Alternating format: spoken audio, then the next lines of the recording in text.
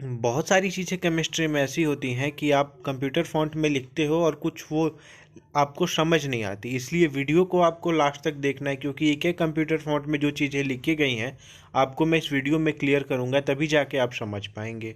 बहुत अच्छे से हर एक क्वेश्चन के आंसर को यहाँ पे लिखा गया है, आप एकदम ध्यान से वीडियो को लास्ट तक देखिए। और जितने भी सब्जेक्ट के असाइनमेंट है, सारे सब्जेक्ट के असाइनमेंट के आंसर वीडियो के डिस्क्रिप्शन में आप चेक कर लीजिए, सारे सब्जेक्ट के असाइनमेंट के आंसर के लिंक आपको वहाँ पे दे दिए गए हैं। चलिए स्टार्ट करते हैं। यहाँ पे पहला क्वेश्चन है कि कारण सहित समझाइए।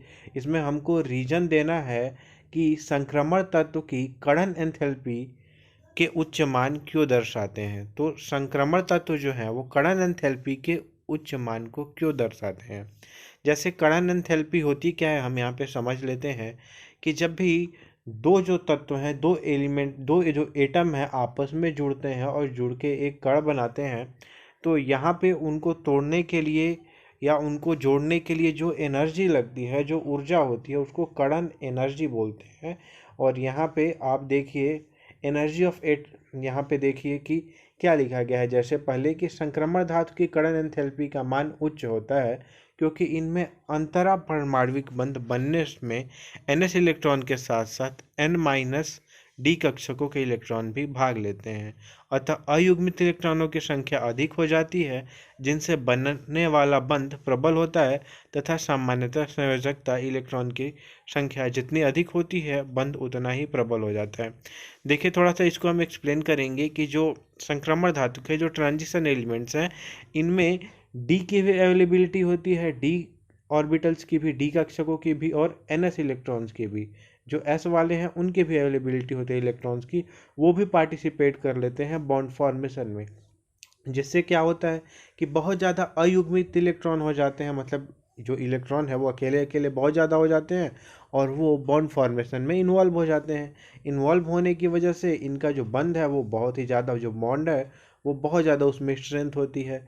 इस वजह से इनको तोड़ने में बहुत ज़्यादा एनर्जी की ज़रूरत पड़ती है। तो आप समझ गए होंगे संक्रमण तत्व की कणन एंथैल्पी उच्च मान को क्यों दर्शाते हैं। अच्छा, दूसरा क्वेश्चन यहाँ पे आता है कि पी ब्लॉक के तत्वों की तुलना में संक्रमण तत्वों की परिवर्ती ऑक्सीकरण अवस्था किस प्रकार भिन्न होती है। देखिए इस क्वेश्चन के आंसर को हम यहाँ पे देखेंगे अच्छे से, लेकिन एक बात, आप इस चैनल को सब्सक्राइब कर लीजिए और यहाँ पे इंपॉर्टेंट क्वेश्चन जो आपको दिए जाएंगे 2022 बोर्ड एग्जाम के लिए, उसको बहुत ही ध्यान से करिएगा, क्योंकि पिछले साल भी, पिछले 3-4 सालों से हम यहाँ पे इंपॉर्टेंट क्वेश्चन देते आ रहे हैं और बहुत सारे ऐसे बच्चे हैं जो 90+ इजीली स्कोर कर लेते हैं और कुछ ऐसे भी बच्चे हैं जो टॉप 10 में आए हैं सीजी में। तो आप इन सारी बातों का ध्यान रखेंगे तो डेफिनेटली, और उन बच्चों का इंटरव्यू जो टॉप 10 में आए हैं, जो बहुत अच्छा स्कोर किए हैं, इस यूट्यूब चैनल पे अवेलेबल है। इसी यूट्यूब चैनल पे आप उनके वीडियोज़ को देखिए, जिससे आपको पता चलेगा कि आप कैसे एग्ज़ाम में कैसे अच्छा प्रिपरेशन करेंगे, कैसे अच्छा मार्क्स लाएंगे। तो सारी चीज़ें वहाँ पे हमने डिस्कस की हुई हैं।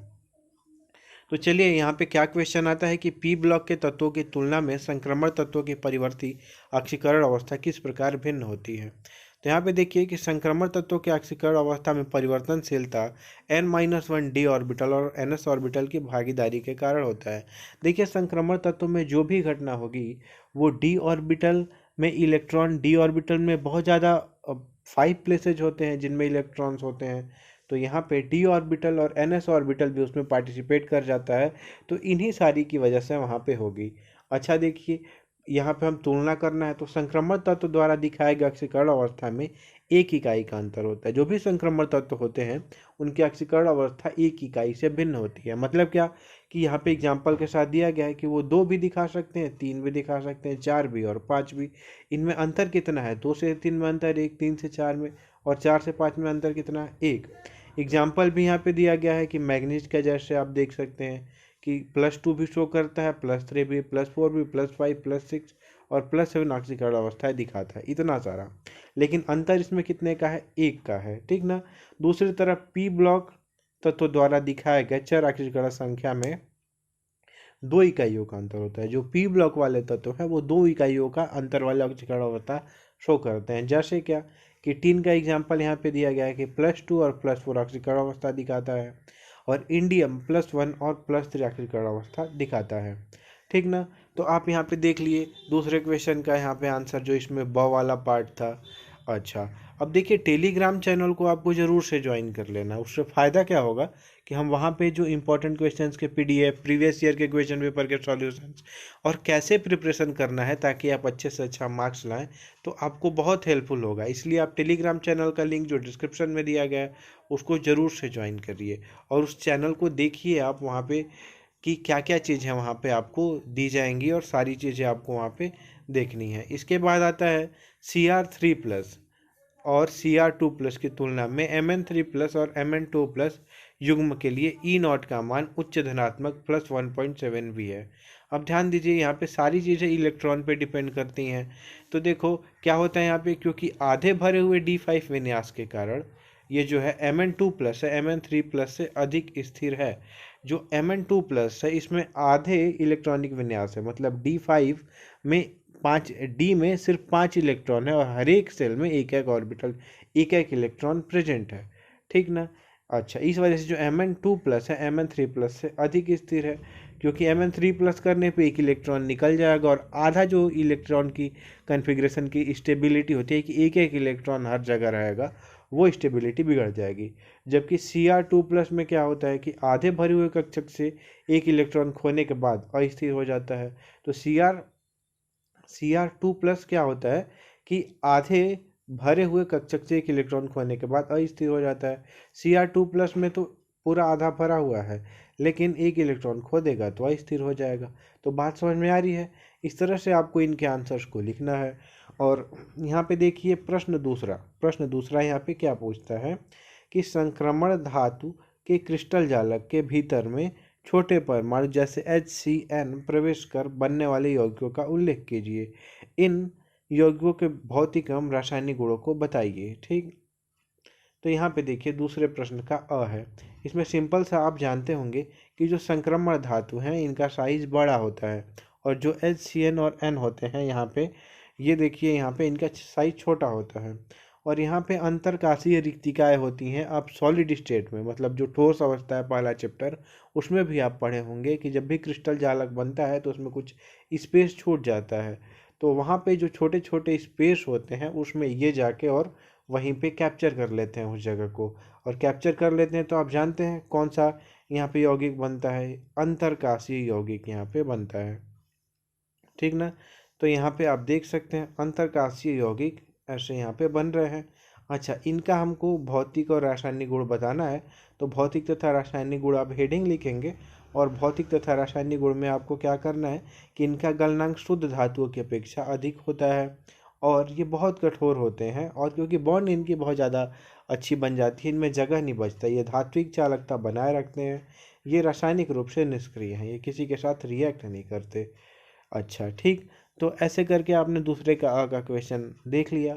और देखिए अगर किसी भी आंसर में आपको डाउट होता है तो ज़रूर से ज़रूर एक बार कमेंट करके आप पूछ लिया करिए कि यहाँ पे मेरे को डाउट है, और कोई भी चीज़ की ज़रूरत हो तो आप डेफिनेटली कमेंट करिए, आपकी हेल्प यहाँ पे की जाएगी।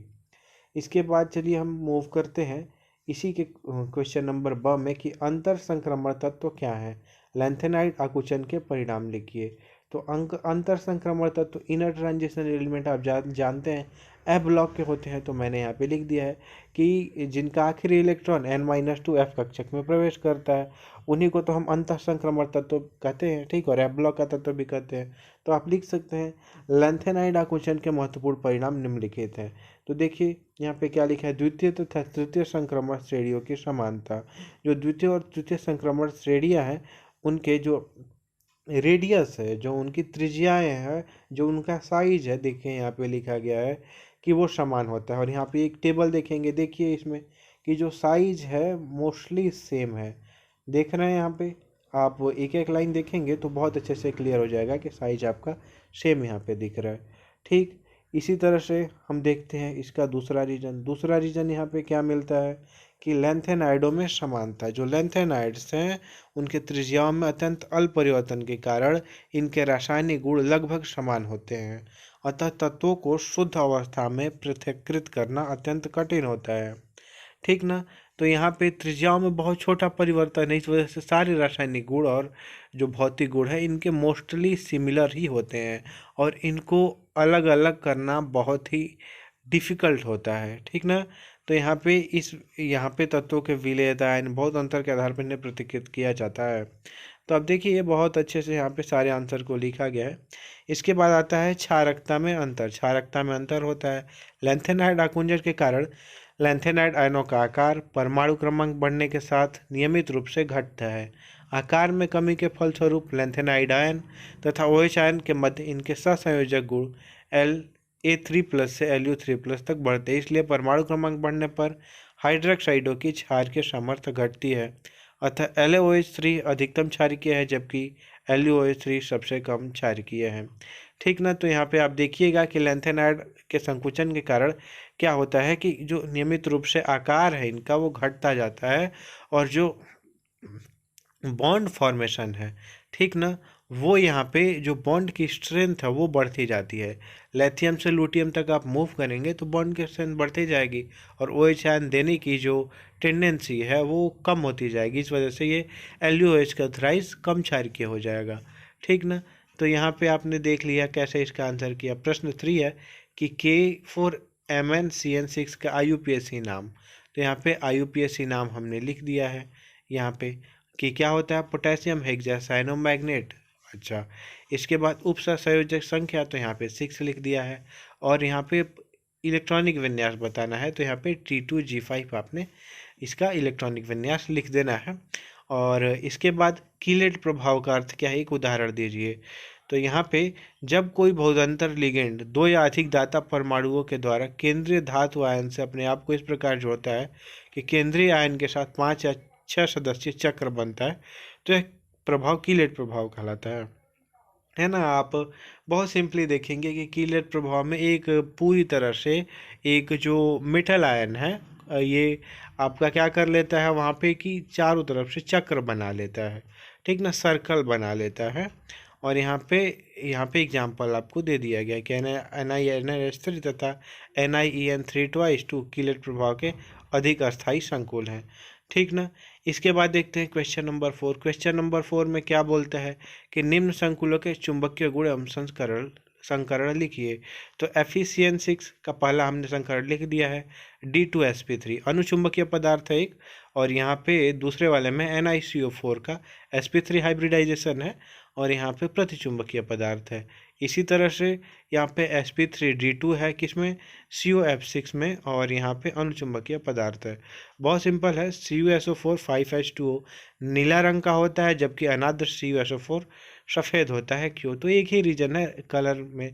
आप तो समझते होंगे संक्रमण तत्वों में कि DD ट्रांजिशन होता है, DD स्थानांतरण होता है और इस वजह से इलेक्ट्रॉन ऊपर से नीचे मूव करते रहते हैं और यह रंग प्रदर्शित होता रहता है। ठीक ना।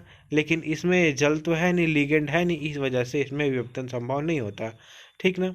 अच्छा, इसके बाद आता है चतुष्फलकीय संकुलनों का क्रिस्टल क्षेत्र में डी कक्षकों में विपाटन का आरेख बनाइए। तो यहाँ पे देखिए आप थोड़ा सा इसको हिंदी में लिख लीजिएगा, ये इंग्लिश में इमेज था तो यहाँ पे इंग्लिश में ही डाल दिया गया है कि यहाँ पे चतुष्फलकीय जो संकल है उसमें क्रिस्टल फील्ड का आपको विपाटन का आरेख यहाँ पे बनाना है। तो यहाँ पे लिख देना होगा, आपको ऊर्जा लिख देनी होगी और यहाँ पे जो एनर्जी है ऊपर वाला ये तो ऐसा ही आप दिखा देंगे, ये तो इसको हिंदी नहीं करना होगा। और जो डी ऑर्बिटल्स हैं वो मेटल साइंस के साथ कैसे टूटते हैं तो एवरेज एनर्जी वाले को यहाँ पे औसत ऊर्जा वाला आप डी ऑर्बिटल आप लिख लेंगे। तो ऐसे करके आप इस डायग्राम को बना देंगे। ठीक ना। अच्छा, चलिए देखते हैं इस असाइनमेंट के PDF को आप कैसे डाउनलोड कर सकते हैं। असाइनमेंट के आंसर के PDF को डाउनलोड करने के लिए आपको गूगल पे जाके सर्च करना होगा cgbasicsupport.in। उसके बाद आपको इस वेबसाइट पे जाना होगा, इसको नीचे स्क्रॉल करना होगा, ऑप्शन दिखेगा आपको असाइनमेंट 2021-22, उस पर क्लिक करके सभी सब्जेक्ट के असाइनमेंट के आंसर के PDF आप इजीली डाउनलोड कर सकते हैं।